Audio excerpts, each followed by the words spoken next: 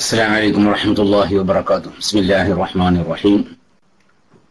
الحمد لله رب العالمين، والصلاة والسلام على سيد المرسلين وعلى آله وصحبه أجمعين، أما بعد. عباد الله، أوصيكم وإياي بتقوى الله. رب اشرح لي صدري ويسر لي أمري واحلل عقدة من لساني يفقهوا قولي. إن أريد إلا الإصلاح ما استطعت وما توفيقي إلا بالله അലൈഹി തവക്കൽതു വഇലൈഹി ഉനീബ്. ബഹുമാനപ്പെട്ട സഹോദരന്മാരെ, സഹോദരിമാരെ, സ്നേഹനിധികളായ കുട്ടികളെ, അല്ലാഹു സുബ്ഹാനഹു വ തആല അല്ലാഹുവിന്റെ ത്വാഅത്തിലായി ജീവിക്കാനുള്ള തൗഫീഖ് നമുക്ക് എല്ലാവർക്കും പ്രദാനം ചെയ്യട്ടെ. അല്ലാഹുവിന് തൃപ്തിയില്ലാത്ത കാര്യങ്ങൾ നമ്മിൽ നിന്ന് ഉണ്ടാവുന്നതിന് തൊട്ട് അല്ലാഹു സുബ്ഹാനഹു വ തആല നമ്മെ എല്ലാവരെയും കാത്തുരക്ഷിക്കട്ടെ. വലാ ഹൗല വലാ ഖുവത ഇല്ലാ ബില്ലാഹിൽ അലിയിൽ അളീം. ഇന്ന് കുറച്ച് സമയം വൈകാനുള്ള കാരണം നമസ്കാരം കഴിഞ്ഞ ഉടനെ വേറെ ചെറിയൊരു വിഷയത്തിൽ ഏർപ്പെടാനുണ്ടായത് കാരണം സമയം വൈകിയതാണ്. ഞാനിവിടെ ഇങ്ങനെ വന്നു നോക്കുമ്പോ ഇവിടെ എന്തൊക്കെ SKSF പ്രവാസി നമ്മുടെ ബഹുമാനപ്പെട്ട മുസ്തഫ ഹാജി എന്തൊക്കെ പറയേണ്ടത്, എനിക്ക് എന്താണ് ആ വിഷയം മനസ്സിലായിട്ടില്ല. ഏതായാലും ചോദ്യം ചോദിക്കുന്നതിന് പെട്ടെന്ന് മറുപടി കിട്ടാതിരിക്കാനുള്ള കാരണം എന്താണെന്നതാണ്. PM അടിച്ചാൽ ഞാൻ അപ്പൊ തന്നെ മറുപടി കൊടുക്കും, എന്റെ ശ്രദ്ധയപ്പെട്ടാല്. ചിലപ്പോ എന്റെ ID പണ്ടാ ഞാൻ ചിലപ്പോ ഭക്ഷണം കഴിക്കാൻ പോവേ, അല്ലെങ്കിൽ പള്ളിയിൽ നിസ്കരിക്കാൻ വേണ്ടി പോവേ. മുസ്തഫാജി അല്ലേ അങ്ങനെ സാധാരണ പറയാറ്. അപ്പൊ അതാണ് ഈ PM ചെയ്തിട്ടുണ്ടാവും. വലിയ രാത്രി കിടന്നുറങ്ങിയായിരിക്കും ചിലപ്പോ. അപ്പൊ ആ സമയത്ത് ആരും PM ചെയ്തിട്ടുണ്ടാവും. അപ്പൊ നേരം വിളിച്ചാലാണ് PM കാണുക. അപ്പൊ അതിന് മറുപടി അപ്പൊ തന്നെ കൊടുക്കും. അതല്ല വേറെ പോയതാണെങ്കിൽ വന്നാലേക്കാരാ PM കാണുക. അപ്പൊ മറുപടി അപ്പൊ തന്നെ കൊടുക്കാറുണ്ട്. ചെറിയ നിലക്ക്. പിന്നെ അത് വിശദീകരിക്കുന്നത് മൈക്ക് എടുക്കുമ്പോഴായിരിക്കും എന്ന് മാത്രം. പിന്നെ ചില സമയത്ത് PM മറുപടി കൊടുക്കൂല. അതിന് കാരണം അത് എന്നോട് ചോദിക്കേണ്ട ചോദ്യം ഇല്ലാത്തത് കൊണ്ടാണ്. കുറെയൊക്കെ എന്നോട് ചോദിക്കേണ്ട ചോദ്യമില്ല, എന്നാലും അതിന് ചെറിയ നിലക്ക് കൊടുക്കട്ടെ. ചില ആൾക്കാരെ എങ്ങനെയാണ് റെക്കോർഡ് ചെയ്യാൻ എന്നോട് ഈ ഏകദേശം ഞാൻ ഈ കമ്പ്യൂട്ടർ ഉപയോഗിക്കാൻ തുടങ്ങിയിട്ട് 5-8 കൊല്ലമൊക്കെ ഉണ്ടാവും എനിക്ക് തോന്നുന്നത്. 8 അല്ല, ഒരു 10 കൊല്ലമൊക്കെ ഉണ്ടാവും എന്ന് തോന്നുന്നത് കമ്പ്യൂട്ടർ ഉപയോഗിക്കാൻ തുടങ്ങിയിട്ട്. അന്നൊക്കെ അന്ന് നെറ്റൊന്നും ഇല്ല, കമ്പ്യൂട്ടർ ഉണ്ടാവും. അതിലിപ്പോ ഈ കിതാബുകളൊക്കെ നോക്കാനുള്ള എളുപ്പങ്ങളാണ് എനിക്ക് കമ്പ്യൂട്ടർ ഇങ്ങനെ ഉപയോഗിച്ച് തുടങ്ങി. പിന്നെ ഇന്റർനെറ്റ് സംവിധാനമൊക്കെ വന്നിട്ടും നമ്മുടെ കേരള ഇസ്ലാമിക് ക്ലാസ് റൂം തുറക്കണേന്റെ ഒരു 1-2 വർഷമൊക്കെ മുമ്പ് ഇന്റർനെറ്റും ഉണ്ടായിരിക്കുന്ന തോന്നുന്നത് എനിക്ക്. ഏതായാലും ശരി, അന്ന് മുതൽ ഇന്ന് വരെ ഓരോ വ്യക്തികൾ ഇങ്ങനെ പഠിപ്പിച്ചു തന്നതിനേക്കാളും അപ്പുറം എനിക്കൊന്നും അറിയില്ല എന്നുള്ള എന്റെ നിസ്സഹായാവസ്ഥ ഉണ്ടല്ലോ, അത് ഞാൻ എന്റെ പ്രിയപ്പെട്ട സഹോദരന്മാരെയൊക്കെ അറിയിക്കുകയാണ്.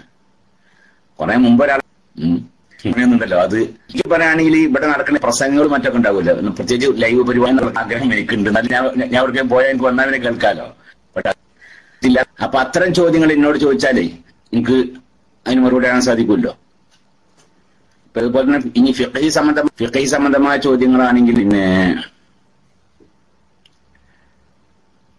വലിയ നിരക്ക് മറുപടി നൽകിയാലും ഒന്നും ആളോട് ചിലപ്പോ മൈക്ക് എടുക്കുമ്പോ പറയാൻ പറ്റുള്ളൂ. ഇപ്പൊ ഇങ്ങനെ ചളന്നുള്ളത്.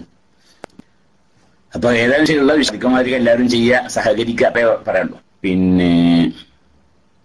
റെക്കോർഡിങ് പറഞ്ഞു തരാന്ന് വെച്ചാൽ പ്രത്യേകമായി അത് ചെയ്യണം. ഏതായാലും റെക്കോർഡിങ് പഠിക്കേണ്ടത്, പ്ലേ ചെയ്യേണ്ടതൊന്നും പഠിക്കേണ്ടതുണ്ട് തോന്നുന്നു അല്ലേ. കാരണം ആരിങ്ങനെ മൈക്ക് എടുക്കാത്ത സമയത്ത് നമ്മളിങ്ങനെ ആരും മൈക്കിരിക്കുന്നു ചോദിക്കാൻ പറയാൻ റെക്കോർഡ് ചെയ്യാൻ, അല്ല പ്ലേ ചെയ്യാലോ. അതും കൂടി പഠിച്ചാല് ചോദ്യങ്ങൾ. അസ്സലാമു അലൈക്കും. വഅലൈക്കും സലാം വറഹ്മത്തുള്ളാഹി. എന്റെ അമ്മ ചോദ്യമില്ല, മരിച്ചുപോയി. ക്ലാസ് റൂമിൽ പ്രത്യേകം ദുആ ചെയ്യണമെന്നാണ്. അല്ലാഹു സുബ്ഹാനഹു വ തആല ആ മരിച്ചുപോയ അമ്മ മാത്രമല്ല, നമ്മുടെയൊക്കെ കുടുംബത്തിൽ നിന്ന് പല ആളുകളും മരിച്ചു പോയിട്ടുണ്ട്. ഈ സമയത്ത് തന്നെ അള്ളാഹു അവർക്ക് മഗ്ഫിറത്ത്, എന്തെങ്കിലും വിഷയത്തിൽ അള്ളാഹു രക്ഷപ്പെടുത്തുകയും ഖബർ ജീവിതം അള്ളാഹു വളരെ ഖബർ അള്ളാഹു വിശാലമാക്കി കൊടുക്കുകയും പ്രകാശിപ്പിക്കുകയും അവർ ചെയ്ത സ്വാലിഹായ അമലുകളൊക്കെ അള്ളാഹു അവരുടെ ഖബറിൽ അവർക്ക് തുണക്ക് നൽകുകയും ചെയ്യട്ടെ. ആമീൻ. വസല്ലല്ലാഹു എന്ന് നമസ്കാരം തുമ്മിയാൽ അൽഹംദുലില്ലാഹ് എന്ന് പറയുക കൂടിയാണ്. സാധാരണ തുമ്മിയാൽ അൽഹംദുലില്ലാഹ് പറയൽ സുന്നത്താണല്ലോ, അതുപോലെ നിസ്കരിക്കുന്ന സമയത്താണ്. ഫാത്തിഹ ഉമ്മിയാൽ, അപ്പോൾ ഫാത്തിഹ ഓത്ത് കഴിഞ്ഞ ശേഷം അൽഹംദുലില്ലാഹ് പറഞ്ഞല്ലോ. അതിങ്ങനെ വഴിക്ക് വഴിയായിട്ട് കൊണ്ടുവരാത്ത ഒരു കാര്യം നിസ്കാരത്തോട് ബന്ധമില്ല ഉള്ളതല്ലോ. തുന്നിയാൽ ബന്ധമുള്ളതാണെങ്കിലോ ഇങ്ങനെ ഓതിയായിരുന്നു എന്ന് പറഞ്ഞത്. അപ്പൊ ആമി എന്ന് പറയുന്ന സുന്നത്തുണ്ടല്ലോ, ആമി വെക്കുന്ന അതുകൊണ്ട് വിരോധമില്ല. ഇനി ഫാത്തിഹന്റെ ബാക്കിയുള്ള ഭാഗം തന്നെ ഓതിയാൽ മതി. അതെല്ലാം ഇങ്ങനെ ഹിസാബഹുൽ ഹിസാബി എന്നൊക്കെ പറയല്ലോ. അപ്പൊ അതൊക്കെ നിസ്കാരത്തോട് ബന്ധമുള്ളതാണ്. ഓതുന്ന സമയത്ത് ആ ഓതുമ്പോൾ ഇമാമിന്റെ ഓത്ത് കേൾക്കുമ്പോൾ സുന്നത്ത് ചൊല്ലി ഫാത്തിഹ മുറിഞ്ഞു പോവുകയില്ല. അതെന്താ കാരണം? അത് നിസ്കാരത്തോട് ബന്ധമുള്ള ദിക്റുകളൊക്കെ ഫാത്തിഹന്റെ ഇടയിൽ പറഞ്ഞു നിൽക്കും. പിന്നെ ആ ദിക്റ് മതി. നേരെ വെക്കണമെങ്കിൽ നമസ്കാരം ബാത്തിലാവുന്നില്ല, ഫാത്തിഹ മടക്കി ഓതണം. അത്ര കാരണം പറയുകയാണെങ്കിൽ ബിസ്മില്ലാഹിർ റഹ്മാനിർ റഹീം അൽഹംദുലില്ലാഹി റബ്ബിൽ ആലമീൻ അർറഹ്മാനിർ റഹീം മാലികി യൗമിദ്ദീൻ എന്ന് പറഞ്ഞ സമയത്ത് എന്ത് ചെയ്യാം? ഇയാൾ തുമ്മിയപ്പോ അയാൾ എന്ത് ചെയ്ത് അൽഹംദുലില്ലാ എന്ന് പറഞ്ഞു. ആ ബാത്തിലല്ലേ. പക്ഷെ അയാളെ എന്ത് ചെയ്യണമെങ്കിൽ ബിസ്മില്ലാഹിർ റഹ്മാനിർ റഹീം മുതൽക്ക് തന്നെ ഫാത്തിഹ മടക്കി ഓതണം. ഫാത്തിഹന്റെ ഇടയിൽ കൊണ്ട് കർത്താവിന് മറന്നു ചൊല്ലിയാലൊന്നും പ്രശ്നമില്ലാന്ന്. പക്ഷെ ഫാത്തിഹ നമസ്കാരം ആൾക്ക് മനസ്സിലാക്കണം സംഭവം. അയാളെ പി എമ്മിൽ രസം അടിച്ചാൽ നമുക്ക് അടുത്ത വിഷയത്തിൽ മുമ്പിൽ പോയി നോക്കണ്ടേ അല്ലേ? പിന്നെ അസ്സലാമു അലൈക്കും ഉസ്താദേ, എന്റെ ഉപ്പാക്ക് വേണ്ടി ദുആ ചെയ്യണം. അള്ളാഹു നമ്മുടെ മാതാപിതാക്കൾക്ക് അള്ളാഹു ദുനിയാവിലും ആഖിറത്തിലും അനുഗ്രഹം ചെയ്യട്ടെ. മരിച്ചുപോയവർക്ക് ഹയാത്തുള്ളവർക്ക് അള്ളാഹു അവന്റെ ത്വാഅത്തിലും ചെയ്യട്ടെ. ആമീൻ. ആഫിയത്തൊക്കെ പ്രദാനം ചെയ്യട്ടെ ഹയാത്തുള്ളവർക്ക്. അസ്സലാമു അലൈക്കും. വലൈക്കും അസ്സലാം വറഹ്മത്തുള്ളാഹി. ഇതാണ് ഉസ്താദേ, ടോയ്ലറ്റിൽ നിന്ന് വുളു ചെയ്യാം, പക്ഷെ മലമൂത്ര വിസർജനത്തിന് വേണ്ടി ഇരിക്കുന്ന ചെയ്യൽ കറാഹത്താണ്. ഇതിനു വേണ്ടി ഇരിക്കുന്ന ഭാഗം ഉണ്ടല്ലോ, അവിടെ വെച്ച് വുളു ചെയ്യൽ കറാഹത്താണ്. ഇപ്പൊ സാധാരണ മാമായിരിക്കും അത് ഇതൊക്കെ വെക്കാനും ഒക്കെ പാടുള്ള സൗകര്യം ഉണ്ടാവും. പിന്നെ കുളിക്കാനൊക്കെ ഉള്ള സൗകര്യം വേറുണ്ടാവും. അവിടെ വെച്ച് വുളു ചെയ്യൽ കറാഹത്ത്. അതിനു വേണ്ടി ഇരിക്കുന്ന ആ സ്ഥലത്ത് വെച്ച് പിന്നെ വുളു ചെയ്യലാണ് കറാഹത്ത്. ഹുഫയായി പരിഗണിക്കുമോ? അങ്ങനെയാണെങ്കിൽ വെക്കാമോ? പരിഗണിക്കപ്പെട്ടിരിക്കണം. വുളു ചെയ്യുമ്പോൾ പാദം മുഴുവൻ കഴുകി ഞെരിയാണി ഉൾപ്പെടെയുള്ള ഭാഗങ്ങൾ മുഴുവൻ മറയുന്ന രീതി. അതിന്റെ മുകൾ ഭാഗത്തും കൂടെ നോക്കിയാൽ പാദം കാണുന്നില്ല. ആ നിലക്ക് തണ്ടൻകാലില് അത് ശരിക്കും കുടുങ്ങിക്കിടക്കുന്നതാണ്. അത് മാത്രം പ്രശ്നമെന്നൊക്കെ പറഞ്ഞത്. അങ്ങനെയൊക്കെ ആണെങ്കിൽ എന്ത് ചെയ്യാൻ പറ്റും? അത് ഹുഫയായി പരിഗണിക്കപ്പെടും. അതിന് അപ്പൊ കാല് കഴുകുന്നതിന് പകരം അപ്പൊ അതുകൊണ്ട് അത് ധരിച്ചുകൊണ്ട് തന്നെ നിസ്കരിക്കുകയും വേണം. ഊരാൻ പറ്റൂല. നിസ്കരിക്കാൻ സുഖത്തെ വെച്ച് നിസ്കരിക്കുക ചെയ്യാല് ഹറാമല്ലേ? മ്യൂസിക് ഹറാമാണ്. എല്ലാ മ്യൂസിക്കും അല്ല. ഈ പിന്നെ ഉണ്ടല്ലോ കമ്പി വാദ്യം അല്ലേ, അതൊക്കെ ഹറാമാണ്. പിന്നെന്താണ് അങ്ങനെയുള്ളതൊക്കെ ഉണ്ടല്ലോ. ഹാർമോണിയം എന്നല്ല, ഹാർമോണി പാട്ട് എന്നാണ് പണ്ട് പറയുന്നത്. ഈ ഹാർമോണിക് പാട്ടൊക്കെ പറയുന്നത് ശരിക്കും ഇപ്പൊ ഇങ്ങനല്ലേ ഹാർമോണിയം എന്നല്ലേ. ഏതായാലും ശരി, അതൊക്കെ ഹറാം. അതൊക്കെ കമ്പിവാദ്യങ്ങൾ അല്ലാത്ത പിന്നെ ഒരാൾ ഇങ്ങനെ ചെണ്ട ഇങ്ങനെ കൊട്ടുക, നടു കുഞ്ഞ ചെണ്ട ഒന്നല്ല, ഉള്ള ചെണ്ട മുട്ടലോ അതല്ലെങ്കിൽ ദഫ് ഇങ്ങനെ മുട്ടലോ കമ്പിവാദ്യങ്ങളൊക്കെ ഹറാം. പിന്നെ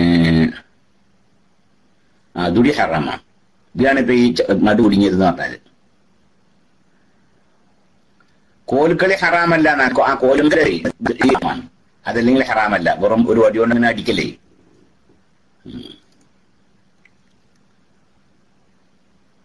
പിന്നെ നിസ്കാരത്തിൽ സുജൂദിലെത്തുമ്പോഴാണ്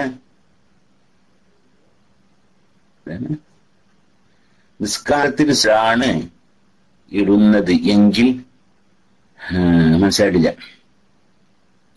സുജൂദിലെത്തുമ്പോഴാണ് ഇടുന്നത് എന്താ? അത് മുമ്പ് വന്നൊരു ചോദ്യമാണത്. അത് ഞാൻ ഇവിടെ പേസ്റ്റ് ചെയ്ത് വെച്ചാണ്. പറ്റുമോ? പെന്ന് കൊണ്ടോ ചെറിയ വടി കൊണ്ട് ഓതാൻ ശ്രമിച്ചാൽ ഒളു ഉണ്ടാവാറില്ല. അതുകൊണ്ടാണ് ചോദിക്കുന്നത്. മുസാഹിബ് ചുമക്കാൻ പറ്റൂല. അതല്ലെങ്കിൽ പെന്ന് കൊണ്ടൊക്കെ മുസാഹിബ് ഒളില്ലാത്ത ഒടുക്കുക ചെയ്യാം. അത് തൊടുകൊണ്ട് വിരോധമില്ല. പക്ഷെ മുസാഹിബ് പറ്റൂല. ഏത് കൊടുക്കാൻ പറ്റൂല. അപ്പൊ മുസാഹിബിന്റെ കഷ്ണം അങ്ങനെ ഇതിന്റെ കണ്ട ആ വടിമ അങ്ങനെ താങ്ങി നിൽക്കാതെ അങ്ങനല്ലേ ഒരു കണ്ടെന്ത് ചെയ്തങ്ങനെ മറിക്കണം. അപ്പൊ അത് ഈ വടിമ നിൽക്കുക ചെയ്യാം. അപ്പൊ വടി കൊണ്ടോ പേന കൊണ്ടോ കഷ്ണം മറിക്കുന്നത് കൊണ്ടോ മൂത്രമൊഴിക്കുന്നതിന്റെ വിധി അത് കാരണമില്ലാതെ നിന്ന് മൂത്രം, കാരണമുണ്ടെങ്കിൽ കറാഹത്തില്ല. കാരണം ഇല്ലാതെ വെറുതെ നിന്ന് മൂത്രമില്ല, കറാഹത്താണ്. പിന്നെ തമിഴ്നാണ് ഉറങ്ങേണ്ടത് എന്ന് സഹോദരിയോട് ഇക്കാര്യം അറിയിച്ചപ്പോൾ അവളെ ഉമ്മ വിലക്കി. അങ്ങനെ അത് ശരിയാണോ? ആൺകുട്ടികൾക്കും പെൺകുട്ടികൾക്കും പ്രത്യേകം കിടക്കാനുള്ള ഒരു ഞങ്ങൾ ഇങ്ങനെ നടന്നു പോകുമ്പോ ചില ആളുകൾ കമഴ്ന്ന് കിടക്കുന്നത് കണ്ടു. അപ്പൊ റസൂല വിരോധിച്ചു. അത് ശൈത്താന്റെ ഉറക്കാണ്. റസൂൽ എന്ത് ചെയ്ത് അത് വിരോധിച്ച് അടിസ്ഥാനത്തിൽ ബഹുമാനപ്പെട്ട ഉലമാക്കളിൽ ബഹുമാനം തന്നെ പറഞ്ഞിട്ടുണ്ട്. പക്ഷെ അതേസമയം അത് കറാഹത്താണ്, ഒഴിവായ സ്ത്രീയില്ല. അതുകൊണ്ട് ഈ ഹദീസിന്റെ അടിസ്ഥാനത്തിൽ പുരുഷനാവട്ടെ സ്ത്രീ ആവട്ടെ കമിഴ്ന്ന് കിടക്കൽ കറാഹ്, അതാണ് പ്രബലമായ അഭിപ്രായം. അത് ധരിച്ച് ചെയ്യാം, വിരോധമൊന്നുമില്ല. 2 വയസ്സ് പൂർത്തിയായ 2 വയസ്സ് പൂർത്തിയായിട്ടുണ്ട്. 2 വയസ്സിന് മുമ്പാകാൻ പറ്റൂല. 2 വയസ്സിന് മുമ്പാവിന് 2 വയസ്സേ. ഭർത്താവിന് 2 വയസ്സായിട്ടില്ല നിൽക്കുക. അങ്ങനെ ഭാര്യന്റെ മരവിടെ ഉമ്മാവും പിന്നെ ഭാര്യ. അപ്പൊ പ്രശ്നമാണ് അല്ലേ? പിന്നെ ഉമ്മാനെ വിവാഹം കഴിക്കാൻ പറ്റുമല്ലോ. അപ്പൊ 2 വയസ്സ് എടുക്കുകയോ ചെയ്യാം. അതുകൊണ്ട് വിരോധമില്ല. പിന്നെ ഉസ്താദ്, ഇന്ദ്രിയം പുരണ്ട വസ്ത്രം ധരിച്ച് നിസ്കരിച്ചാൽ ഇന്ദ്രിയം ധരിച്ച വസ്ത്രം കൈയാകും. ഇന്ദ്രിയം ആയ വസ്ത്രം ധരിച്ച് ഒരാൾ നിസ്കാരം കഴിയാകും. കാരണം ഇന്ദ്രിയം നജസ്സല്ല, ഇന്ദ്രിയം ത്വാഹിറാകുന്നു. മനുഷ്യന്റെ അസലാണ് ഇന്ദ്രിയം. നമ്മുടെ അസലാണ് നമ്മുടെ ഇന്ദ്രിയം. മനുഷ്യന്റെ അസലാണ് ഇന്ദ്രിയം. മനുഷ്യന്റെ അസലാണ് ഇന്ദ്രിയം. അപ്പൊ ഇന്ദ്രിയ നജസായ മനുഷ്യന് നജസാ ഉണ്ടാകാൻ പറ്റൂല്ലോ. അതുകൊണ്ട് തന്നെ ത്വാഹിറാണ്. അപ്പൊ ആ ഇന്ദ്രിയം വസ്ത്രത്തിലായാലോ വസ്ത്രം ധരിച്ച് നിസ്കരിക്കാം. ബഹുമാനപ്പെട്ട റസൂലുള്ളാഹി ഇന്ദ്രിയം ഉള്ള വസ്ത്രം ധരിച്ചുകൊണ്ട് റസൂൽ നിസ്കരിച്ചിരുന്നു. ഞാൻ കൈകൊണ്ട് ഇങ്ങനെ ചുരണ്ടി എന്നൊക്കെ ഉണ്ട്, കഴുകാതെ അതിന്റെ ഇങ്ങനെ കട്ടി പിടിച്ചിട്ടുണ്ടാവില്ല, അതങ്ങനെ കണ്ട് തിരുമ്പിട്ട് ഇങ്ങനെ കൈകൊണ്ട് ഇങ്ങനെ കളയാ. പിന്നെ ഉസ്താദെ, മുടി കറുപ്പിച്ചാൽ ഉളു ശരിയാകുമോ? മുടി കറുന്ന ഈ സാധനം ഉണ്ടല്ലോ, അതൊക്കെ ഉളുവിന്റെ വെള്ളം ചേരുന്ന രീതിയിലുള്ളത് തന്നെയാണ്. സാധാരണ അതിനൊക്കെ ഉളുവിന്റെ വെള്ളം ചേരുന്ന രീതിയിലുള്ള തന്നെയാണ്. ഇനി ഒരു സാധനം ഉണ്ട്, ആ സാധനം വളരെ കട്ടിയുള്ള രീതിയിലുള്ള സാധനമൊക്കെ ആണെങ്കിൽ എന്നാ വെള്ളം ചേരും ചെയ്യൂല. ഇന്ന് സ്ഥാപിക്കുന്നത്. അപ്പൊ അതുകൊണ്ട് മുടി കറുപ്പിച്ചാലും ഉളു സഹിയാകും. പാലെടുത്ത ശേഷം പിന്നെ ആ പാല് കൊടുത്ത മുലകുടി ബന്ധം സ്ഥിരപ്പെടുമോ? അത് സ്ഥിരപ്പെടും തന്നെയാണ്. ഇനി പാലിനായിക്കൊള്ളില്ല. ഒരു മാതാവിന്റെ പാലൊക്കെ പറഞ്ഞത്, ഒരു മാതാവിന്റെ പാല്, ഒരു സ്ത്രീയുടെ പാല്, എന്നിട്ട് എന്ത് ചെയ്ത് അത് കൽക്കട്ടിയാക്കി പാൽപ്പൊടിയാക്കിയത്. ആ പാൽപ്പൊടി പിന്നെ കലക്കിട്ട് ആ കുട്ടിക്ക് എന്ത് ചെയ്ത് വെള്ളം ഇങ്ങനെ കലക്കി കൊടുത്ത് നിൽക്കുക. എന്നാലും മുലകുടി ബന്ധം സ്ഥിരപ്പെടും. മുലകുടി ബന്ധം സ്ഥിരപ്പെടും. അപ്പോ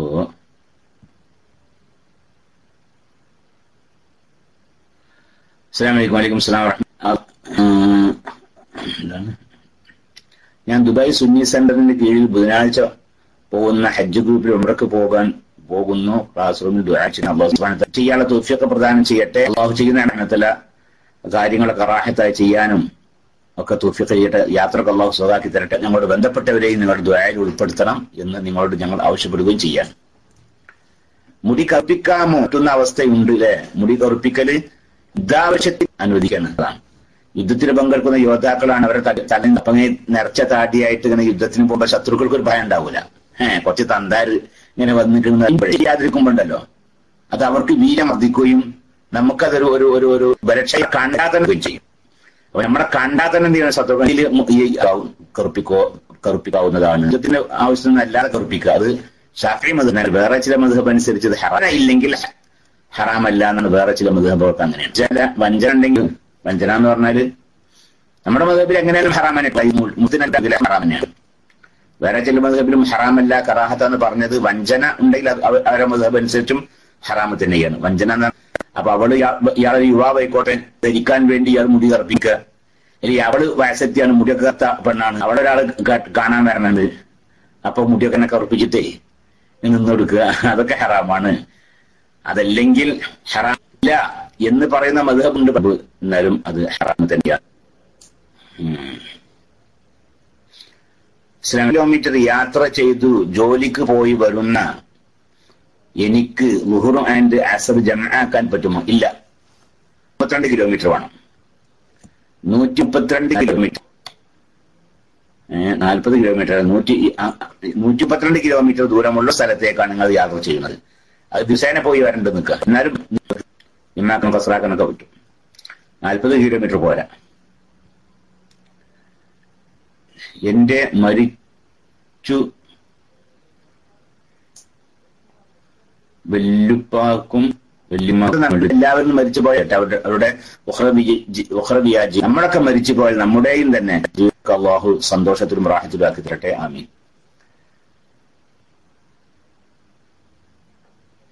മയ്യിത്ത് യംഭം എന്താണ്? തുഹൂറും താഹിറും തമ്മിലുള്ള വ്യത്യാസം എന്താണ് പറഞ്ഞത്? മയ്യിത്ത് നശിക്കാതിരിക്കാൻ വേണ്ടിയുള്ള കാര്യങ്ങൾ ചെയ്യില്ല, അതോട് വിരോധമൊന്നുമില്ല അല്ലെ? അതല്ലേ പറഞ്ഞ് നശിച്ചു പോവാതിരിക്കാനുള്ള മാർഗങ്ങൾ സ്വീകരിക്കും. കൂടുതൽ നേരം മയ്യിത്ത് പിന്നെ വേഗം നശിച്ചു കൊണ്ട് വിരോധമില്ല, അത് അനുവദനീയമാണ്. മയ്യിത്തിന്റെ ശരീരം വികൃതമാകാതെ മയ്യിത്തിന്റെ ശരീരം വികൃതാക്കണമെന്നില്ല, പിന്നെ അത് മയ്യിത്ത് പെട്ടെന്ന് നശിച്ചു പോവാതിരിക്കാനുള്ള മാർഗങ്ങൾ സ്വീകരിക്കുക, അതുകൊണ്ട് വിരോധമില്ല. പിന്നെ താഹിറും തഹൂറും തമ്മിലുള്ള വ്യത്യാസം എന്ന് പറഞ്ഞാൽ, താഹിർ എന്ന് പറഞ്ഞാൽ സ്വമേധയാൽ അത് ശുദ്ധിയുള്ളതാണ്, അതാണ് താഹിർ, അത് ശുദ്ധിയുള്ളതാണ്. പക്ഷെ മറ്റൊന്നിനെ ശുദ്ധിയാക്കാൻ അതിന് നമ്മുടെ കഞ്ഞിന്റെ വെള്ളല്ലേ അത് താഹിറാണ്, പക്ഷെ അത് തൊഹൂച്ച് കൊണ്ട് ഒരാൾക്ക് കുടിക്കാനോ അല്ലെങ്കിൽ അതാണ്. അതേസമയത്ത് കഞ്ഞിവെള്ളം കുടിക്കാം, കാരണം എന്താണ്? താഹിറാണ്. പന്നീർ വെള്ളം അത് ശുദ്ധിയുള്ളതാണ്, പക്ഷെ അതുകൊണ്ട് ശുദ്ധിയാക്കാൻ പറ്റൂല. നേരെ തുഴയിലെ വെള്ളം ഉണ്ടല്ലോ, സാധാരണ വെള്ളം, അല്ലെങ്കിൽ മഴ പെയ്താൽ ഉണ്ടാകുന്ന വെള്ളം, അതൊക്കെ തൊഹൂർ കൂടിയാണ്. എന്താണ്? അത് സ്വയം ശുദ്ധിയാക്കാനുള്ള കഴിവും അതിനുണ്ട്, അതിനാണ് തൊഹൂർ എന്ന് പറയാം. അപ്പോ സ്വമേധയാ ശുദ്ധിയാക്കാൻ സാഹൂർ, സ്വമേധയാ ശുദ്ധി മാത്രമേ ഉള്ളൂ, മറ്റൊന്നിനെ ശുദ്ധിയാക്കാനുള്ള കഴിവില്ല. അതിന് 132 ആണോ? പോകുന്ന സ്ഥലത്തേക്ക് 132 വേണം, വരാനും കൂടി 132 ആയ പോരാ. ഇത് ആക്കണമെങ്കിൽ തന്നെ 132 കിലോമീറ്റർ ദൂരം വേണം, എന്നാലാണ്. അതെ, 1 വേ 132. പിന്നെ അതേ സമയത്ത് മീറ്ററിനേക്കാളും കുറച്ച് കുറവാണ്. അതിന് കസീറായ സഫർ എന്ന് പറയാം, കിലോമീറ്റർ ഉള്ള തൊവീലായ സഫർ. 132 കുറച്ച് കസീറായ മദ്ഹബിൽ പ്രബലമല്ലാത്ത ഒരു അതായത് 132 കിലോമീറ്ററിനേക്കാളും കുറവാണെങ്കിൽ എന്ത് പറ്റും?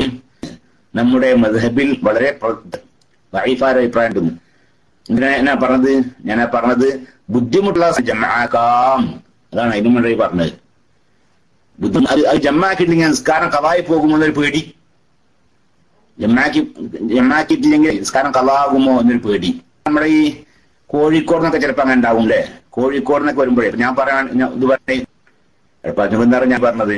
കോഴിക്കോടിന് എടപ്പാൾ ചുങ്കത്തേക്ക് 132 കിലോമീറ്റർ ഇല്ല, 2 കിലോമീറ്റർ ഇല്ല കോഴിക്കോടിന്. കോഴിക്കോട് നിന്ന് മഗ്‌രിബിന് ബസ്, ആ ബസ് ഞാൻ ഒരു ഉദാഹരണം പറയാം കേട്ടോ. എന്താണ് ഈ ചെങ്ങായിമാർക്ക് ഇങ്ങനൊക്കെ ഓരോന്ന് ഞാനിപ്പോ ശരി.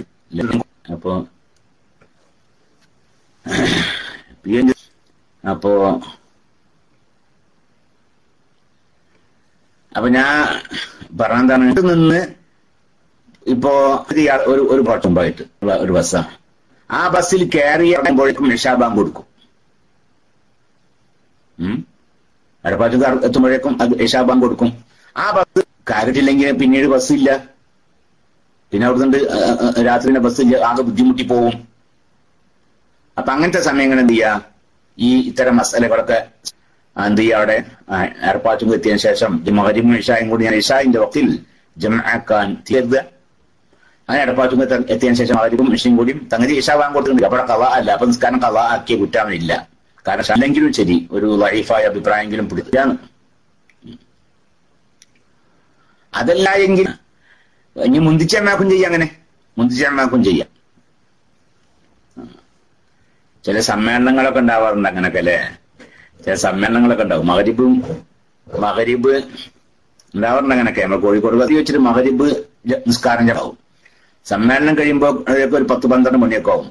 പിന്നെ എല്ലാവരും ഇന്ന ഭാഗത്ത് വന്ന വാഹനങ്ങളിൽ എന്നെ ഒരു കേറുക എന്നൊക്കെ വിളിച്ചാൽ പിന്നെ ഉണ്ടാകുക. എന്ത് ചെയ്യും, അവര് നാട്ടിലേക്ക് പോകും. നമുക്ക് പിന്നെ അതിൽ അറിയാനാണെങ്കിലോ പിന്നെ ചിലപ്പോ വഴി നിന്നൊക്കെ നിസ്കരിക്കാനൊക്കെ വളരെ മഹത്വ പ്രശ്നങ്ങളൊക്കെ അങ്ങനെ ഉണ്ടാവും.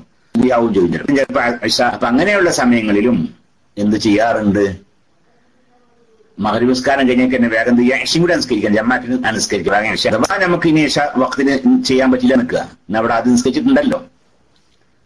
അപ്പൊ അതൊക്കെ പറ്റും. അപ്പൊ ലൈഫായ അഭിപ്രായമാണ് കസീറ യാത്രയെന്ന് എന്നിട്ടും അതിനാണ് ഖസീറായ സഫർ പറയാം. ഖസീറായ സഫറിനും ജംആക്കാൻ പറ്റും എന്ന് തന്നെയുള്ള ദഈഫായ അഭിപ്രായം അത് നിർബന്ധ ഘട്ടത്തിൽ അതനുസരിച്ച് അമൽ ചെയ്യാവുന്നതാണ്. മുസ്ലിമായ മനുഷ്യന്റെ അടുക്കൽ നിന്ന് ഒരിക്കലും നിസ്കാരം ഖളാ ആക്കാൻ പറ്റുന്ന ഒരു ഖളാ ആക്കുന്ന സ്വഭാവം ഉണ്ടാകരുത്. ഒരു നിസ്കാരം ഖളാ ആക്കാതിരിക്കാൻ എന്തെല്ലാം വുളു ചെയ്യാൻ പറ്റില്ലെങ്കിൽ തയമ്മം ചെയ്താൽ മതി. പിന്നെ യാത്ര അങ്ങനെ പല മാർഗങ്ങളുണ്ടല്ലോ. അപ്പൊ ഈ രീതിയിലൊക്കെ അതുപോലെ തന്നെ അങ്ങനത്തെ കണക്കൊന്നുമില്ല. അതുപോലെ ഇപ്പൊ 40 അതൊക്കെ നിർബന്ധ സാഹചര്യം പോലെയാണ്. അതൊക്കെ അത്ര നിർബന്ധ സാഹചര്യങ്ങൾ അനുസരിച്ച് ജംഅം ഖസ്ർ അല്ലാതെ വെറുതെ യാതൊരു ഒരു ചിന്തിച്ച നിസ്കാരം ഖളാക്കുന്നല്ലേ, നിസ്കാരം ഗൗരവമുള്ള വിഷയമാണ്. അതൊരിക്കലും ഉണ്ടാകരുത്. പിന്നെ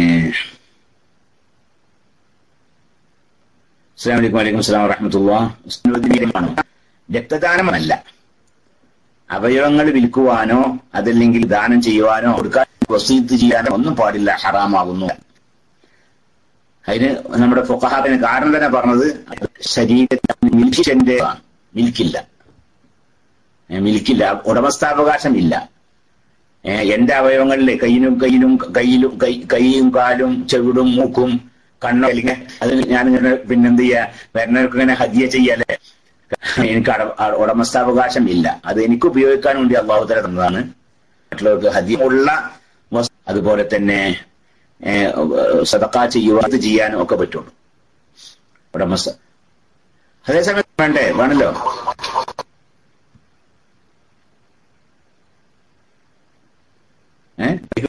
ഓക്കെ പോയിരുന്നില്ലേ.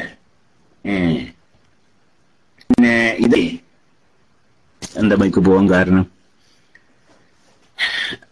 നമ്മുടെ അവയവങ്ങളിൽ നമുക്ക് ഉടമസ്ഥാവകാശമില്ല. ഉടമസ്ഥാവകാശമില്ലാത്തത് നമുക്ക് വിൽക്കുവാനോ അല്ലെങ്കിൽ ദാനം ചെയ്യാൻ പറ്റില്ല.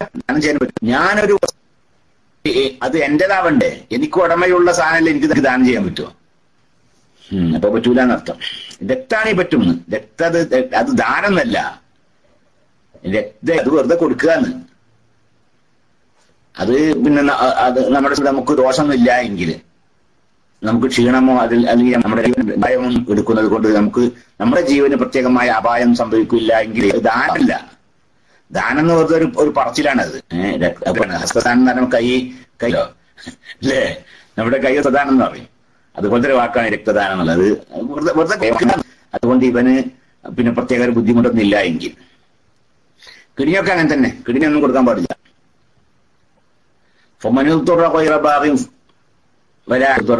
എന്ന് മാത്രമല്ല അതിന്റെ ആ അടിസ്ഥാനത്തിൽ ബാങ്ക് ലോണ് പറ്റുമോ എന്നാണ് ഒരു ചോദ്യമുള്ളത്. ബാങ്ക് ലോൺ ഇപ്പോ പറ്റുന്ന ചില അവസരങ്ങളൊക്കെ ഉണ്ട്, പറ്റുന്ന അവസരങ്ങളുണ്ട്. ഉദാഹരണം പറഞ്ഞാൽ ഒരാൾക്കൊരു വീടുമായി വലിയൊരു വീടെന്നല്ല, അയാളുടെ ഭാര്യയും സന്താനങ്ങളും നിർബന്ധമാണല്ലോ. അപ്പൊ അതിന് അനുയോജ്യമായ ഒരു വീടുണ്ടാക്കൽ അയാൾക്ക് നിർബന്ധമാണ്. ആ വീട് വേറെയില്ല, വേറൊരു മാർഗമില്ലെന്ന് പറഞ്ഞാൽ വേറെ അയാൾക്ക് പറമ്പൊന്നും വിൽക്കാനില്ല അല്ലേ, വിൽക്കാനില്ലാതെ അയാൾക്ക് കടം കൊടുക്കാൻ ആരും ഇല്ല. അയാൾക്കാണെങ്കിൽ ഒരു വീടുണ്ടാക്കൽ വളരെ നിർബന്ധവുമാണ്. ഉണ്ടാക്കുവാൻ വേണ്ടി അയാളുടെ ഭാര്യയും കുട്ടികളെയും താമസിപ്പിക്കാനുള്ള വേണ്ടി മറ്റ് ഒരു ബാങ്ക് ലോണ് ഒക്കെ എടുക്കാവുന്നതാണ്. അതല്ലാതെ എന്തെങ്കിലും ബുദ്ധിമുട്ടുണ്ടാകുമ്പോഴേക്കും വേഗം ബാങ്ക് ലോൺ എടുക്കുക പരിശീലിക്കില്ല.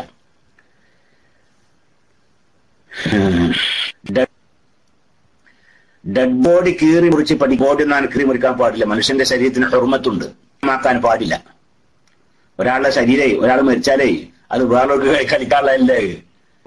അതിന് ഹുർമത്ത്, അത് വേഗം പറയേണ്ടതുണ്ട്, അതിനെ വേഗം മറവ് കുളിപ്പിക്കേണ്ടതുണ്ട്, കയ്യത്ത് നിസ്കരിക്കേണ്ടതുണ്ട്, അത് വേഗം മറവ് അത് കഫൻ ചെയ്യേണ്ടതുണ്ട്, മറവ് ചെയ്യേണ്ടതുണ്ട് ശരീരം എന്നുള്ളത്. അതുകൊണ്ട് അത് പിന്നെ ഈ മെഡിക്കൽ സ്റ്റുഡൻസിന് ഇപ്പൊ കാരണം വേണ്ട. അതിനൊക്കെ മനുഷ്യന്മാരില്ല ഒക്കെ പഠിക്കണ അതുകൊണ്ട് അല്ലല്ലോ. അതൊക്കെ കൃത്രിമം ഉണ്ടാക്കുക, കൃത്രിമ കുടലുകളും കൃത്രിമ ഹാർട്ടും പിന്നെ അപ്പൊ അതൊക്കെ സാധിക്കും. എങ്ങനെയാണ് ഉണ്ടാക്കുക അതിന് തന്നെ മനുഷ്യനെ പൊളിക്കേണ്ട ആവശ്യമൊന്നുമില്ല. ഒരു മനുഷ്യന്റെ ശരീരം മുഴുവൻ സ്കാൻ ചെയ്ത് സാധിക്കും. മനുഷ്യന്റെ വയറ്റിന്റെ ഉള്ളിലേ നമ്മുടെ കണ്ണുകൊണ്ട് ബാഹ്യമായ രീതിയിൽ കാണാൻ സാധിക്കാത്ത എന്തൊക്കെ ഉള്ളത് പിന്നെ പരിപാടി അതൊക്കെ ഉപയോഗിച്ചുകൊണ്ട് മനുഷ്യൻ അതുപോലെയുള്ള പ്ലാസ്റ്റിക് അല്ലെങ്കിൽ ഫൈബർ കൊണ്ടൊക്കെ ഉണ്ടാക്കിയ കൃത്രിമ അത് ഓപ്പറേഷൻ ചെയ്ത് പഠിക്കുക, അതല്ല. പിന്നെ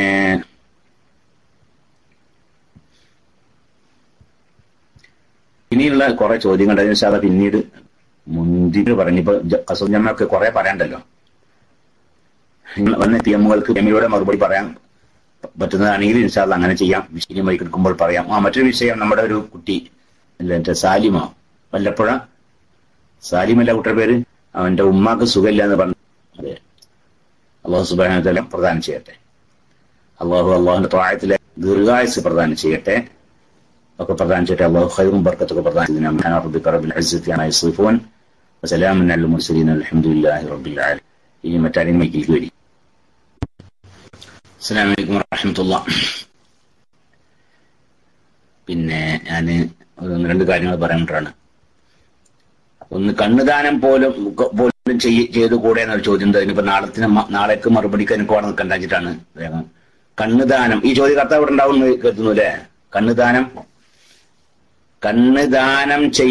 മരണത്തിന്റെ ശേഷം കണ്ണുദാനം ചെയ്യാൻ പറ്റൂല. അയാളെ ഹയാത്ത് കാലത്ത് ഒരാൾക്ക് അയാളെ കണ്ണ് വേറെ ആൾക്ക് വിൽക്കുവാനോ അതല്ലെങ്കിൽ അത് ദാനം ചെയ്യാനൊന്നും പറ്റില്ല. കാരണം അയാൾക്ക് ഉടമസ്ഥാവകാശം ഇല്ലല്ലോ, അതുകൊണ്ട് പറ്റൂല. പിന്നെ ഇനി കണ്ണ് മരണത്തിന് ശേഷം വസിയത്ത് ചെയ്യാൻ പറ്റുമോ? ഞാൻ മരിച്ചാൽ ഇന്റെ കണ്ണ് ഇന്നാൾക്ക് കൊടുക്കണം അല്ലെങ്കിൽ അങ്ങനെ വസിയത്ത് ചെയ്യാൻ പറ്റുമോ? അതും പറ്റൂല. അതിനും കാരണം തന്നെ അയാൾക്ക് ഉടമസ്ഥാവകാശമില്ല. ഉടമസ്ഥാവകാശം ഇല്ലാത്തൊരു വസ്തുവിൽ വസിയത്തും പറ്റുകയില്ല. ഇനി ഒരാൾ മരിച്ചാൽ അയാളുടെ പിന്നെ കണ്ണ് കൊണ്ട് ഹയാത്തുള്ള ഒരാൾക്ക് ഉപകാരമുണ്ട്, അയാൾക്ക് അത് ഒഴിച്ചുകൂടാൻ പറ്റാത്തൊരു വിഷയമാണ്. എന്നാൽ അത് അയാൾക്ക് ഉപകരിക്കാമെന്നാണ്. ഈ മരിച്ച മയ്യത്ത് ആദ്യം മരിക്കണതിന് മുമ്പ് വസിയത്ത് ചെയ്തിട്ടൊന്നല്ല, ആരും ചെയ്യാൻ പാടില്ല അയാൾക്ക്.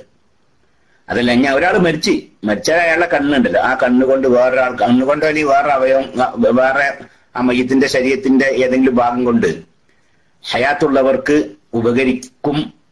അത് വളരെ ഒഴിച്ചുകൂടാൻ പറ്റാത്ത ഒരു വിഷയം ആണ് നിൽക്കുക. എന്നാൽ ആ മയ്യത്തിന്റെ ശരീരം വികൃതമാക്കാത്ത രീതിയിൽ മറ്റാളുകൾക്ക് അത് ഉപകരിക്കാവുന്നതാണെന്നാണ്.